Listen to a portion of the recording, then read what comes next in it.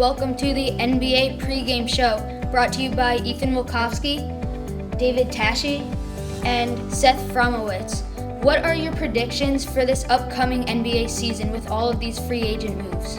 Well, I think that the Warriors will be a tough team to handle, especially with the signing of free agent Kevin Durant from the Oklahoma City Thunder.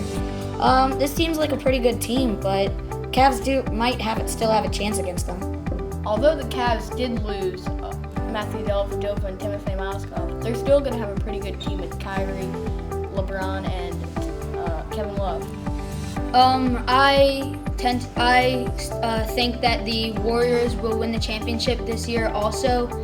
The signing of Kevin Durant was crazy. I think Kevin Durant was almost cheating his way to a championship a little bit, but he deserves it with the career that he's had. Now, who do you think will be the MVP for the regular season this year?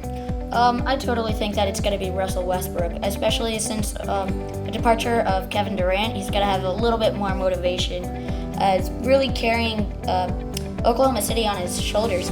See, he wants to prove that he's still loyal to his team, so to prove that, you got to perform well. I think with the Warriors adding Kevin Durant, it's not going to be a three-peat for Curry. It's either going to be like LeBron or like Kawhi Leonard, someone that hasn't won it in a couple years. Now, we all know that Tim Duncan, who has played 19 seasons in the NBA with 5 NBA championships, we all know that he has retired. So what do you think about this upcoming season for the San Antonio Spurs? Honestly, I don't think it's really going to affect them at all because they have a good backup center that they could slot in at starting. Other than that, Tim Duncan didn't really carry his team all the way. He had teammates who are very talented, and he used them a lot. So I think just because one player departs, yes, he is good. He does have the strongest bond with Greg Popovich. I don't really think it's going to affect that much.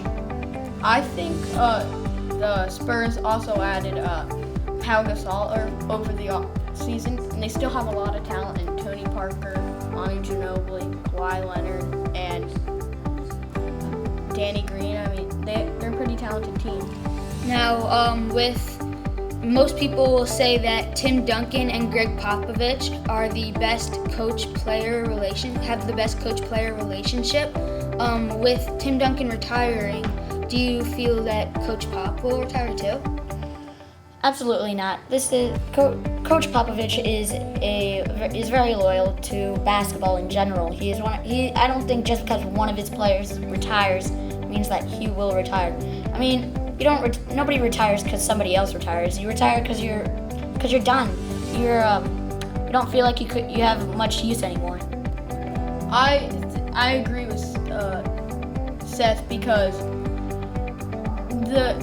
they still have Manu Ginobili and Tony Parker, who have also been on the team for a while, and it'd be bad to leave their two of Popovich's players hanging. Yeah, I think Coach Pop still has a couple more years, but I don't think he has any more than five years left. Now, last question. Do you think the Cavs will repeat their NBA championship, their one-year NBA championship victory? Maybe actually, because they still have retained a lot of players. The players that they have lost haven't really done much. Timothy Mozgov wasn't much of an impact for them. Deli wasn't, again, not like Mozgov wasn't much of an impact for the Cavs. I really don't think so. I think maybe the Celtics could be a competitive team with new addition Al Horford. It's a good thought, but I think the Warriors are gonna come up with this win, signing Kevin Durant from the Warriors. I don't think OKC will have that great of a season this year now that Westbrook is alone without KD. So that's it for today. I'm Ethan Wilkowski along with Seth Fromowitz and David Tashin. Have a good night.